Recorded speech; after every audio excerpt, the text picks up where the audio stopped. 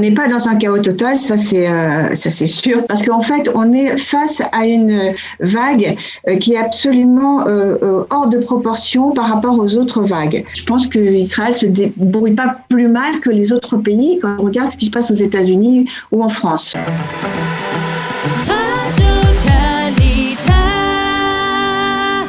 Nous avons le plaisir d'être en ligne, en Zoom, avec le docteur Irène Fermont. Irène, bonjour, Boker Tov. Boker Tov. Merci d'être avec nous. Merci d'être avec nous ce matin. Je rappelle à nos auditeurs que vous êtes immuno-hématologue, spécialiste de la sécurité des médicaments et des vaccins, et que vous êtes également présidente et cofondatrice d'Eranim Israël, qui est société israélienne de sécurité du vaccin et des médicaments. Nous vous avons sollicité parce que ce soir vous allez donner une sorte de présentation détaillée de la situation en Israël sur Internet, et vous donnerez aussi la parole à des internautes qui voudront poser des questions justement sur cette situation. Alors on va essayer de synthétiser un peu au cours des prochaines minutes ce que vous allez dire en détail tout à l'heure. La première question que je voudrais vous poser en tant qu'experte, est-ce que vous avez le sentiment que la crise est gérée d'une manière ou d'une autre par les services de santé publique, par le gouvernement, par le système hospitalier, ou alors finalement on est dans un chaos total ? Non, on n'est pas dans un chaos total, ça c'est sûr, parce que c'est une impression que ça donne.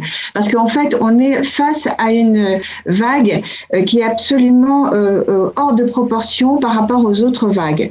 On est par exemple, au niveau mondial, on est à 2,8 millions de cas par jour, et Israël est dans les mêmes proportions, commence à monter de façon exponentielle, c'est-à-dire très très très rapide, alors que au plus haut de la vague, on était à 84 000 cas par jour. Ça, c'est au niveau mondial, mais dans certains pays comme l'Europe, les États-Unis, Israël et l'Australie, on a exactement ce reflet, c'est-à-dire une vague qui vraiment explose. Donc, on est obligé de réajuster en permanence par rapport aux données qui arrivent au jour le jour. Et donc, on fait comme on peut. Et je pense qu'Israël se débrouille pas plus mal que les autres pays quand on regarde ce qui se passe aux États-Unis ou en France. Alors, qu'est-ce qu'il y a à faire finalement ? Parce que, voilà, je donne l'exemple d'hier soir, le cabinet restreint de lutte contre le corona s'est réuni pour la première fois depuis 3 semaines, et au bout du compte, bien, pas de décision, pas de mesures restrictives d'une part, mais également pas de mesures particulières. Alors, est-ce que finalement, la seule solution, c'est de ne rien faire ? Non, d'abord, on ne fait pas rien puisqu'on continue à avoir des vraies barrières, des vraies limitations, par exemple à l'aéroport, donc l'entrée mais ce qui se passe, la contagiosité de cette vague est tellement importante que, on ne peut pas tester tout le monde, ça c'est devenu impossible. Je lisais ce matin ce qui se passait aux États-Unis, ils ont exactement le même problème. Donc c'est pas uniquement en Israël, c'est-à-dire que tout d'un coup, tous les schémas qu'on avait par rapport aux autres vagues, on ne peut plus les appliquer à cette vague. Donc heureusement, cette vague, on voit qu'elle génère beaucoup moins de cas graves. Et justement, c'est ce qui inquiète maintenant. C'est-à-dire aujourd'hui, pour l'instant, il n'y a pas beaucoup, on va dire, de cas graves. Les hôpitaux ne sont pas saturés pour l'instant. Mais voilà, pas plus tard qu'hier soir, un des experts du comité a dit qu'il était possible que l'on se retrouve dans une vague où il y ait chaque jour une centaine de nouveaux cas. Et si on arrive à 1500 à 2000 cas, comme c'est possible d'y arriver dans, disons, une quinzaine de jours, alors là, le système sera saturé. Alors, c'est l'anxiété qui est générale dans le monde entier, c'est-à-dire que, et c'est encore une inconnue, c'est-à-dire qu'on sait que ça génère moins de cas, mais compte tenu du nombre énorme de cas, on sait que ça va générer quand même des cas d'hospitalisation. Aujourd'hui, on est à peu près à 0,13% de taux d'hospitalisation en Israël. Mais on sait que ce 0,13% d'un nombre faramineux de gens infectés, ça peut mener à une augmentation des hospitalisations. Donc, qu'est-ce qui se passe? Tous les hôpitaux se sont préparés et c'est aussi une des raisons pour lesquelles on demande aux médecins, même ceux qui sont infectés, qui sont asymptomatiques, de venir à l'hôpital, ce qui paraît complètement fou. Mais qui est encore une mesure d'adaptation à la situation. Sinon, il n'y aurait plus de médecins et d'infirmières et d'infirmiers dans les hôpitaux. De facto, le gouvernement refuse de parler de confinement, mais de facto, ce à quoi on assiste, on le voit par exemple sur les routes, qui sont bien moins embouteillées que d'habitude, au travail, puisqu'il y a beaucoup plus de gens qui sont à la maison. Finalement, de facto, on est dans une sorte de semi-confinement inné, quoi, on va dire. Oui, et en fait, ça fait partie des recommandations internationales, c'est d'éviter de se mettre le plus possible en télétravail, d'éviter les réunions et les foules, les réunions privées ou publiques d'un grand nombre de personnes, de porter le masque, de recommencer les gestes barrières, ne plus embrasser ses enfants et ses petits-enfants, c'est pas toujours très facile, enfin surtout ses petits-enfants. Et voilà, on est obligé sans compter le nombre d'enfants qui sont en bidoute parce que les classes voient en permanence émerger des cas. Oui, ça c'est un des problèmes effectivement, c'est-à-dire que surtout pour les parents, c'est-à-dire parce que les enfants ne développent pas le moindre symptôme, quasiment jamais, mais finalement les parents sont plus ou moins bloqués à la maison aussi en raison de la contamination des enfants. Alors, dire que les enfants ne développent jamais de cas graves, c'est pas vrai. Dans la plupart des cas. En tous les cas, jusqu'à Delta, jusqu'à la vague Delta. Ce soir, justement, je vais présenter tous les chiffres de cas graves chez les enfants, et c'est pas anodin. Et surtout, quand on a des cas graves, on a quand même une très grosse sévérité. Il faut savoir que si on regarde tous les enfants qui ont été hospitalisés, il y en avait 60% qui n'avaient pas de comorbidité, c'est-à-dire qu'il n'y avait pas de maladie sous-jacente. Donc, d'où l'importance de vacciner les enfants aujourd'hui. Alors justement, je voudrais que l'on arrive à ce vaccin. Aujourd'hui, le gouvernement dit qu'il faut vacciner la population avec la 4e dose. En fait, il dit surtout les personnes âgées, les personnes de plus de 60 ans et les équipes médicales. Même quelqu'un qui n'est pas anti-vax, on va dire, mais qui a déjà reçu 4 vaccins, qui en est au 4e vaccin, peut-être le 5e avec le vaccin contre la grippe qui sévit également. Vous ne pensez pas que ça fait trop ?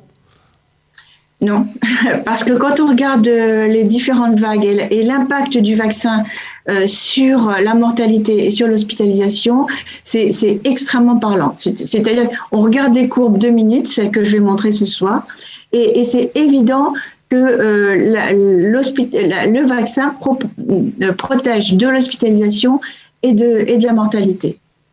Et par exemple, aujourd'hui, chez les plus de 60 ans, le risque d'être sous respirateur est réduit d'un facteur de 4,5 quand les gens sont vaccinés.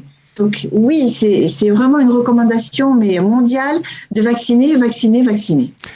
Il y a aussi aujourd'hui, et vous êtes aussi experte en médicaments, les médicaments qui peuvent permettre de guérir l'Omicron. Est-ce que c'est efficace aujourd'hui ? Est-ce que effectivement on doit administrer ces médicaments qui ont été reçus ces derniers jours en Israël ? Absolument, le médicament de Pfizer risque vraiment de complètement changer le visage de la pandémie. La difficulté, c'est de pouvoir arriver très très tôt chez les malades, et Israël s'est préparé. Donc, je pense que c'est vraiment très très important. Il y a aussi un nouveau médicament qui arrive de Novartis. Donc, en fait, il y a une recherche très très active là-dessus. Et je pense que dans les mois qui viennent, on va voir un impact des médicaments. Je lisais, vous me disiez que vous veniez d'être élu à l'Académie de pharmacie française, en France, comme membre et correspondant étranger, donc correspondant de l'État d'Israël. Est-ce que vous êtes en mesure de dresser une forme de comparaison par rapport à ce qui se passe en France actuellement, au niveau de la lutte contre l'Omicron, entre la France et Israël? Est-ce que on est d'abord dans les mêmes délais? Parce qu'on avait toujours le sentiment que Israël était un peu en avance. Même le gouvernement a dit qu'il avait profité d'une certaine manière de mesures qui avaient été prises à l'avance, en amont, pour essayer de lutter contre l'Omicron, et qu'il avait gagné du temps. Est-ce qu'aujourd'hui, on est quasiment dans la même situation, ou alors Israël est toujours en avant par rapport à la France? Alors, Israël est absolument toujours en avance par rapport à la France, parce que la France a moins vacciné. L'expiration, entre guillemets, parce que c'est la baisse de l'immunité des vaccins précédents est vraiment présente maintenant en France, et ils ont beaucoup tardé à mettre en place la 3e vaccination. Ils hésitaient beaucoup, et nous on voit la différence entre le fait d'avoir eu le booster, la 3e vaccination, par rapport à la France qui a beaucoup tardé à le mettre en place. Donc ça, c'est une évidence. Et le fait d'avoir fermé les frontières au début de l'apparition d'Omicron, dès qu'il y avait quelques cas, ça a permis de s'organiser, et ça a permis de retarder la vague. Alors, certains experts européens affirment qu'ils ils commencent à déceler des indices d'une baisse, on va dire, de la propagation, de la contamination. Je ne sais pas si en Israël déjà on est aussi dans cette phase-là. À votre avis, pour combien de temps on en a encore à vivre dans cette situation, on va dire, d'incertitude générale? Alors ça, c'est vraiment une question difficile, parce que je ne suis pas sûre qu'il y ait beaucoup de gens qui soient capables d'y répondre. On peut regarder ce qui se passe dans les autres pays, c'est-à-dire à quel moment la vague est en train de baisser. On voit que en Angleterre, elle est en train de baisser. Alors qu'ils arrivent à peu près, ils ont vraiment eu une vague absolument énorme et très très rapide. Aux États-Unis, il semblerait qu'on commence à avoir un plateau, et en Israël, on ne sait pas, si personne ne peut vraiment prévoir quand est-ce que ça va descendre. Par exemple, en Afrique du Sud, la vague est descendue quand il y avait 38% d'infectés. C'est-à-dire que sur 100 PCR, on avait 38 qui étaient positifs. Donc là, il y avait tellement de gens bidous et infectés qu'il n'y a plus de gens infectés entre autres. C'est ça un peu l'image. Et donc là, le virus s'essouffle. Nous, on n'arrivera certainement pas à 38%. Il semblerait que l'Angleterre, elle n'ait pas besoin non plus d'arriver à un tel niveau pour redescendre. Donc, je pense que dans les 2-3 semaines, on va voir à quel moment la courbe va se casser. On va sortir. Pour l'instant, en Israël, on est en pleine montée vertigineuse. On est en montée vertigineuse. Donc encore, il faut s'armer de patience. C'est un peu aussi le message que les autorités israéliennes ont fait passer. Alors, je voudrais préciser, avant de terminer notre entretien, Irène, que vous allez donc donner, vous nous l'avez dit durant cette conversation, vous allez donner ce soir donc un exposé, une présentation sur les sujets brûlants que sont l'Omicron, la vaccination chez les enfants, la 4e dose. Donc ce sera ce soir en Zoom, donc mercredi soir en Zoom à 20h heure israélienne, 19h heure de Paris. Comment fait-on pour se connecter ? Alors, vous pouvez aller sur le site de Facebook de Lilmod, ou sur le site Facebook de Eranim, qui donne toutes les informations et le lien Zoom. Voilà, et si vous voulez donc en savoir beaucoup plus sur cette épidémie, en tout cas cette 5e vague, si on peut pas parler de chaos, on peut certainement parler de tsunami dans le cas précis. Merci beaucoup Irène Fermont d'avoir accepté de répondre à nos questions ce matin, et donc on invite nos auditeurs à vous rejoindre ce soir pour avoir plus de détails donc sur ce sujet d'actualité brûlante, d'actualité sanitaire brûlante. Merci d'avoir été avec nous encore une fois. Bonne journée, à bientôt. Merci Daniel, au revoir.